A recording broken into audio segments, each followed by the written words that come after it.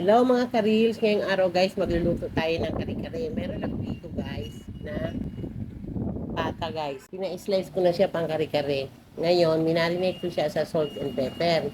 Tapos guys, pagka-marinate ng mga 30 minutes guys, sinir ko siya ng bahagya. Yan siya guys.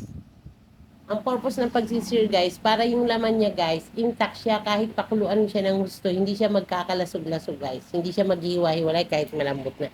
Nakadikit pa rin sila sa puto. Ayan siya guys, sinir ko siya ng bahagya. Kunting mantika lang guys.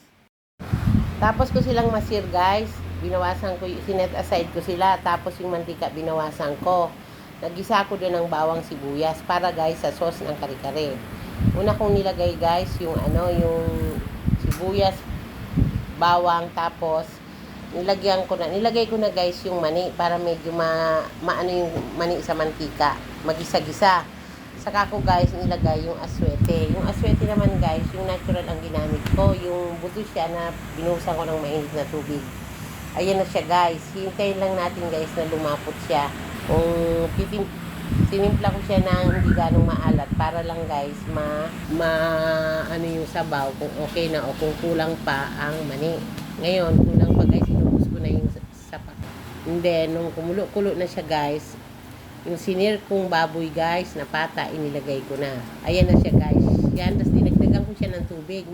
Malabnaw pa siya guys kasi palalambutin ko pa siya guys sa tubig na with mani na yun guys. Tapos halo-haloin lang natin. Mahinang apoy lang guys kasi pag malakas ang apoy, matagal siyang lumambot. Pag mahinang apoy, hanggang sa maluto na siya guys, tinimplahan ko ng hindi ganong maalat kasi guys, magka-partner siyang bagoong. Ito guys, ito yung finished product guys. Kare-kare, tapos nilagay ko na guys yung mga gulay sa ibabaw. Ayan na siya guys. Yung mga gulay, blinanch ko lang sila ng bahagya para hindi siya ganong madurog. Ayan siya guys. Ngayon, kain na kami. Kare-kare guys. With matching bagoong. Hope guys, nagustuhan nyo itong shinare ko sa inyo ngayon. Please like, comment, and share.